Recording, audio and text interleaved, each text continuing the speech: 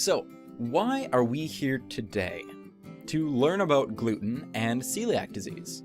So what exactly are these things, these strange words that sound so sciencey? Well, basically, they have to do with eating. Let's start with this. What are some of your favorite foods? Maybe some of your favorite foods are cupcakes, or crackers, or cereal, or cake, or cookies, or pasta, like spaghetti. So let's think about this spaghetti then. It's good, right? Well, what if every time you ate spaghetti, you got the flu? I'm sure most of you have had the flu before, but in case you haven't, it's basically a whole lot of sick, bad, no fun grossness. Can you imagine? Every time you had spaghetti, or any other pasta, you got sick. Would you eat spaghetti very often? Probably not. But here's something else. What if you got sick every time you had spaghetti, but not if the spaghetti was blue? So, if you have blue spaghetti, you'll be fine. But here's the big question. Have any of you ever seen blue spaghetti? No. Huh. So if you could only eat blue spaghetti without getting sick, it would be kinda tough. So let's go back to those other delicious foods we talked about before. You know, the cupcakes, cookies, cereal, and all that. Now what if it was the same situation for these foods? That you could only eat them if they were blue? That would be even worse. I mean, I suppose you could eat them if they weren't blue, but if you did, you'd get sick. Every time. Even if it was just a very little bit. This is kind of what celiac disease is. It's like an allergy to foods that aren't blue. Except it's not an allergy to what color food is, it's more an allergy to what ingredients are in the food. Specifically, it's an allergy to foods that have gluten. Or at least, it's close to that. You see, there's an important thing to clarify here. The thing with allergies is that they're relatively easy to treat using medications like Benadryl or, in extreme cases, an EpiPen. But for celiac disease, well, there's nothing you can take to make you better. At least, not yet. Furthermore, with an allergy, the symptoms usually last around a day, especially if you're using medication and can control it. On the other hand, with celiac disease, your symptoms last a lot longer. Even a single crumb of gluten can drive someone with celiac disease into months of sickness. So it's extremely important to be careful. So if we go back to looking at what exactly celiac disease is, we now know that it's not actually an allergy per se. It's more complicated than that. It's a complicated reaction the body has, which we'll talk about in more detail in a bit. So if we put it all together, celiac disease is a reaction to food that contains gluten. What's happening in your body? Why does gluten make some people sick? What is celiac disease? What's going on? Celiac disease is an autoimmune disorder. Autoimmune disorders occur when a person's immune system attacks the person's cells. The autoimmune response in celiac disease causes the destruction of the villi in the gut. Villi line the gut, which is also called the small intestine. They help absorb nutrients from food. They are tiny, but when magnified, they look kind of like fingers, or the arms of sea anemones. When a person with celiac disease eats gluten, the villi become blunted. This makes the villi less effective at absorbing nutrients. Your immune system keeps you healthy. You have an army of cells that fight off and kill anything that can make you sick.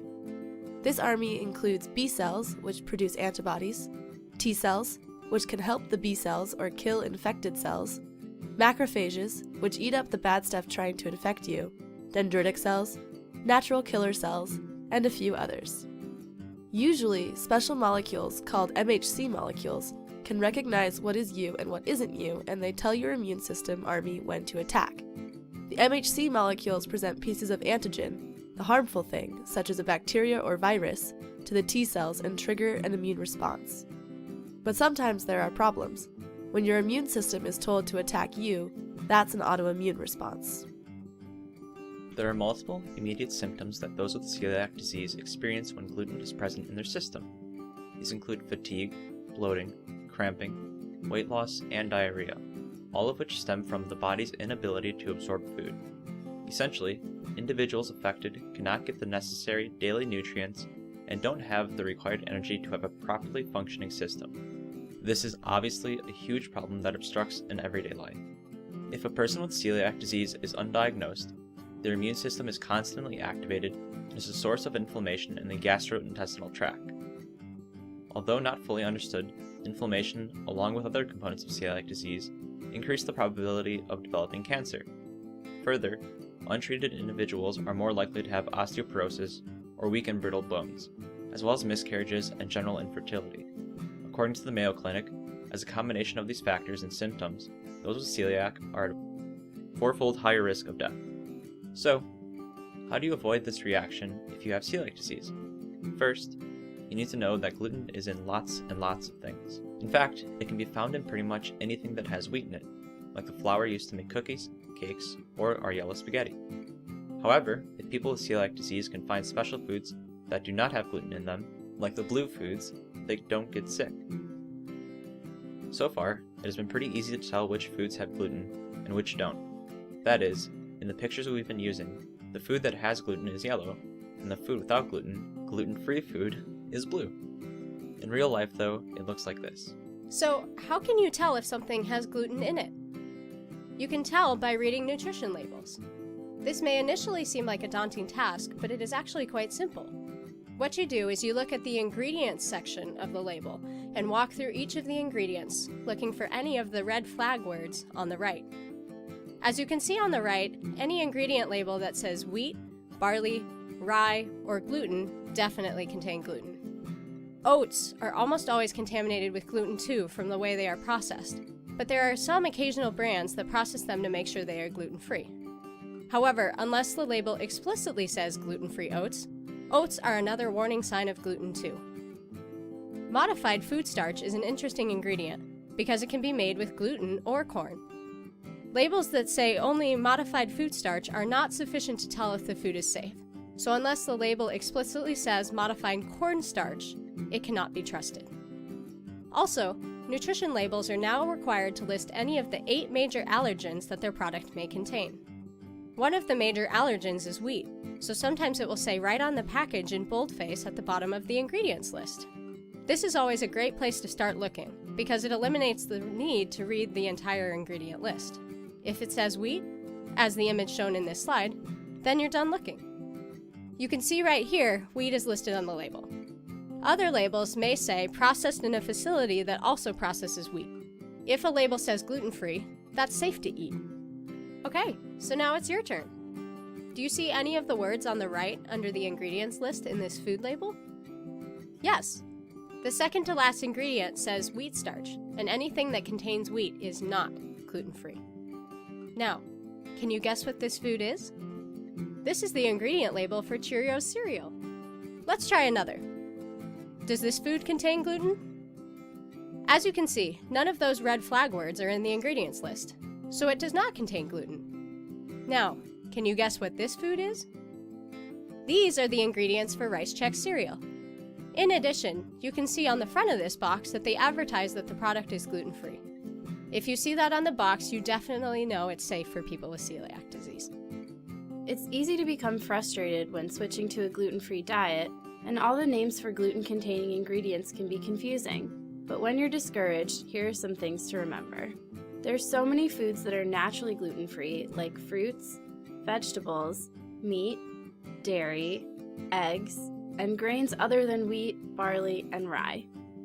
To replace the carbohydrates provided by flour-based foods, gluten-free individuals can eat rice, potatoes, quinoa, amaranth, buckwheat, and starchy vegetables like squash and corn.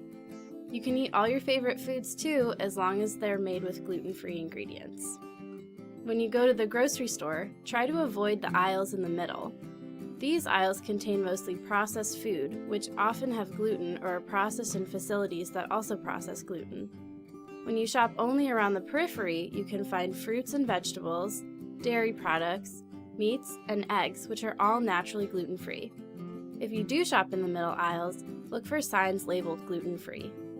Once you start a gluten-free diet, you'll feel better in a matter of days.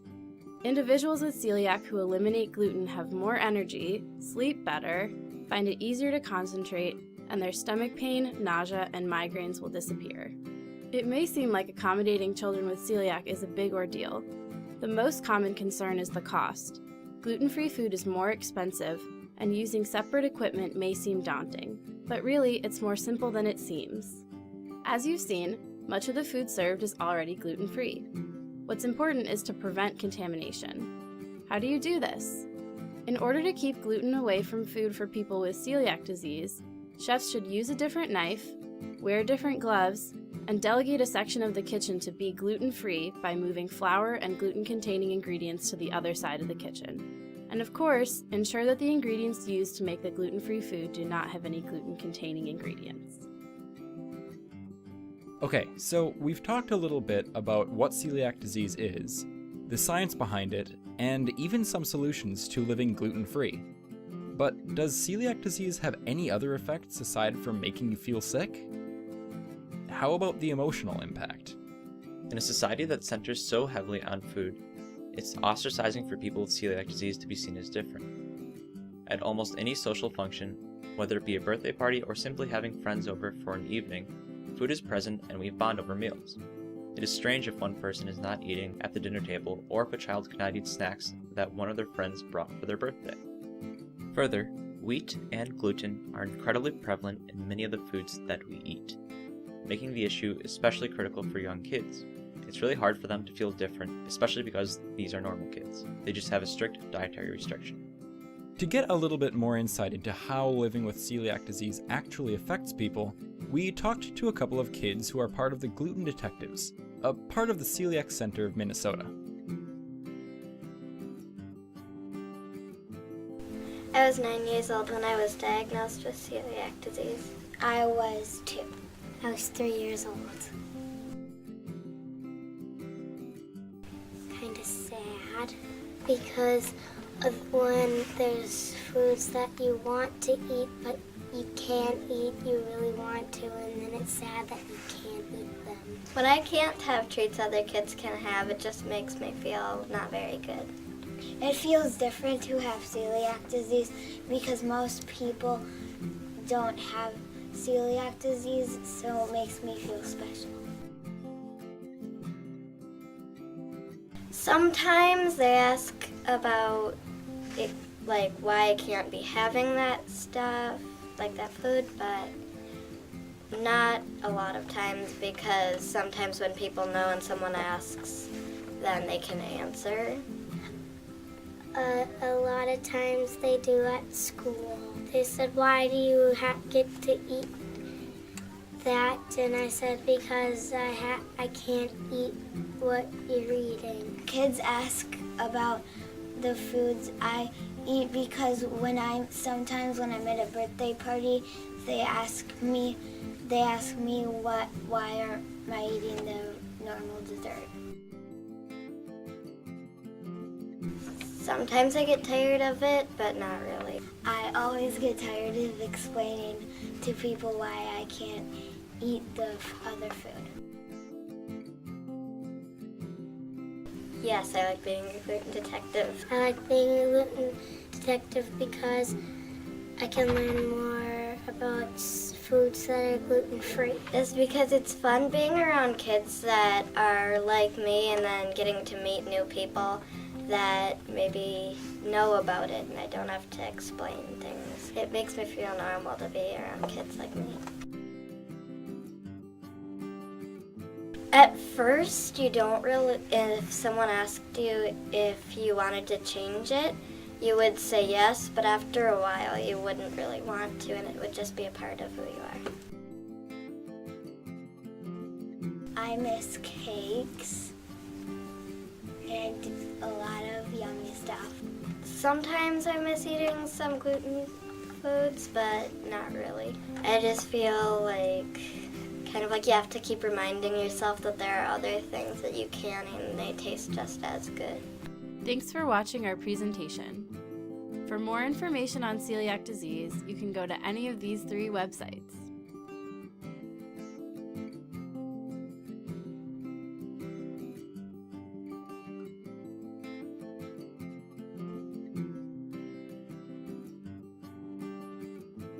Is there anything good about having celiac disease? That we can still eat a lot of candy. It's true. Okay.